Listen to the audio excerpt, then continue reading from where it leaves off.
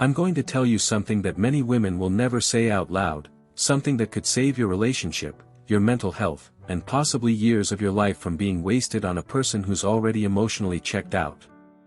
You see, men, if a woman is planning to cheat, she doesn't suddenly vanish overnight like in the movies. Number 1, she begins lying, but not obvious, cheap lies that you would detect instantly. She uses particular phrases, carefully chosen phrases that sound reasonable, even compassionate.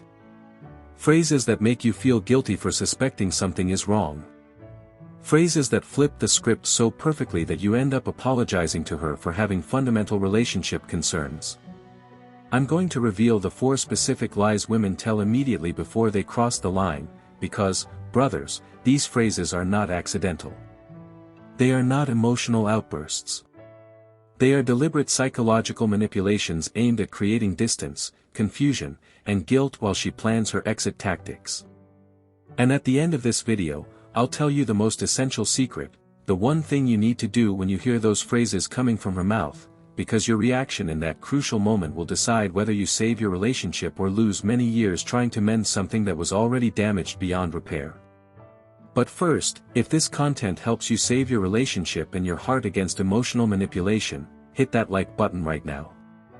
And by the way, tell me what city you are watching from. Female psychology knows no bounds, and these behaviors show up in every society and every age group. Lie number 1, I just haven't been in the mood lately. And men, here's where the majority of you make a costly mistake. When a woman says these things, every inclination encourages you to believe her. It sounds honest, right? It sounds reasonable. Every person has dry spells. Life becomes stressful. Work becomes overwhelming. Bodies get exhausted. Hormones fluctuate. It feels totally reasonable.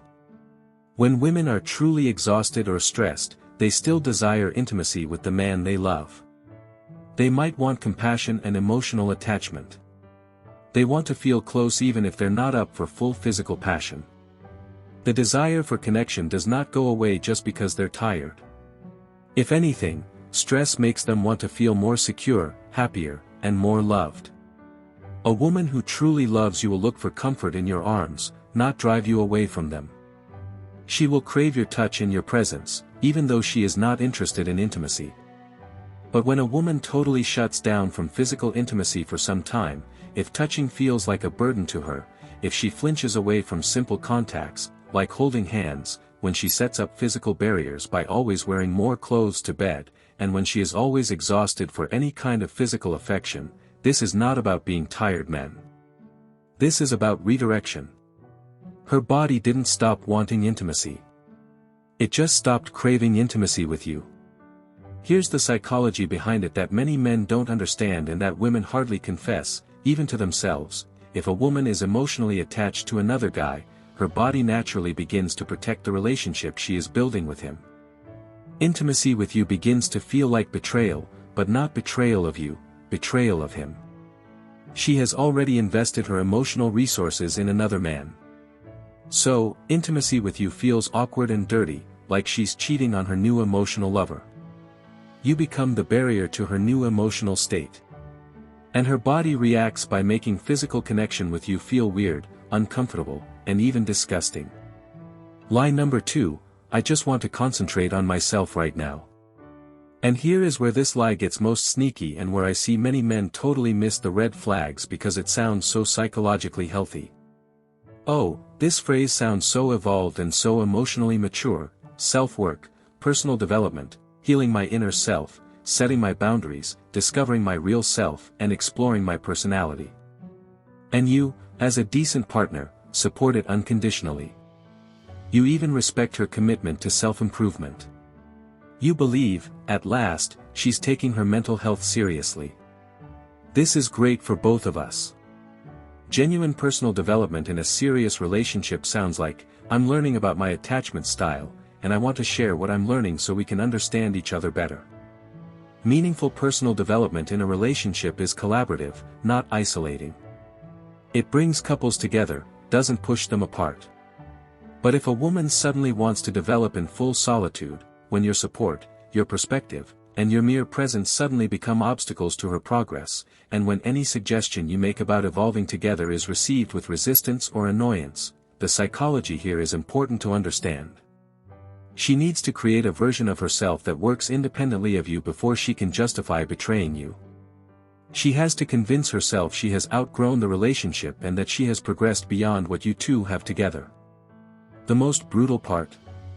She will make you feel self-centered for wanting to be involved. She will define your innate desire to share her life as control, as jealousy, and as lack of support for her progress. She will say something like, "You should be glad I'm working on myself," or, "Why can't you just support my progress without wanting to be part of everything," or, "I can't grow if you're always trying to be involved in my process." And each time you express confusion or frustration about being left out, she uses it as proof you are dragging her back, or intimidated by her progress, or not supportive of her becoming her greatest self. Genuine development in a committed relationship looks like this: I want to become a better version of myself, and I want you to be part of that process. I'm discovering things about myself that I want to share with you, since sharing my progress with you makes it more important. Fake personal development sounds like, I need space to find myself, and that space cannot involve you because your involvement interferes with my real self-discovery. The difference? One involves you in her progress because she wants to grow with you. The other uses evolution as a reason to grow away from you. Lie number 3, you are being too controlling. You ask a simple and reasonable question: where were you? Who is this new colleague you always mention? Why are you coming home so late these days? Who were you sending messages to during dinner? These are not unreasonable questions. These are normal relationship check-ins that happy couples do without second thoughts. And boom, suddenly you are controlling. You are insecure. You have trust issues. You are becoming toxically masculine. You are acting like her father, not her partner. You are oppressing her. You are intimidated by her independence. You are showing your own insecurities and emotional immaturity. When a woman has a clean conscience, her initial reaction to questions is answers, not accusations.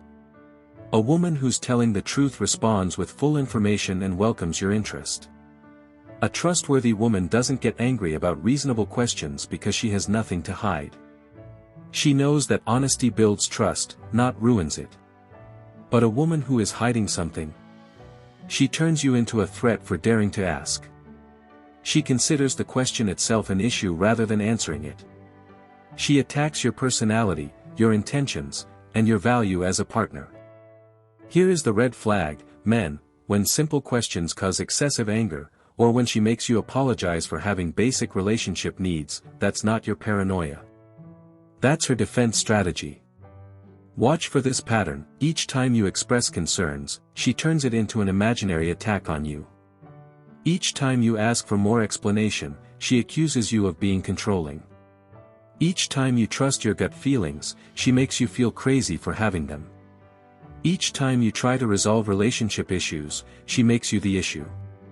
A faithful woman doesn't get irritated by reasonable questions because she has nothing to hide. Lie number 4, I just want us to be sincere with each other, and the final lie is the most terrible of all, because it sounds like everything that you've ever wanted in a relationship, like the answer to all your communication issues. This phrase sounds like every man's dream, right? Finally, a mature conversation. Finally, the kind of honest, real relationship you've always desired. Finally, a partner who appreciates transparency and openness as much as you do. She's setting the stage for selective transparency. She wants the right to tell you less while demanding more from you. She is creating a framework where she can control the flow of information while claiming to be the mature, evolved partner who treasures communication. After this conversation about being more transparent with each other, she begins to ask you deeper questions about your past relationships, about women in the workplace, about your feelings and opinions, about your fears and insecurities, about your household dynamics, about your financial condition, and about your future objective. She becomes extremely curious about your inner existence, your past, and your vulnerabilities. She wants to know all about you. Your early childhood experiences, your private history, your darkest fears, your worst regrets, your most shameful moments. She frames this as intimacy, as truly getting to know each other on a more profound level.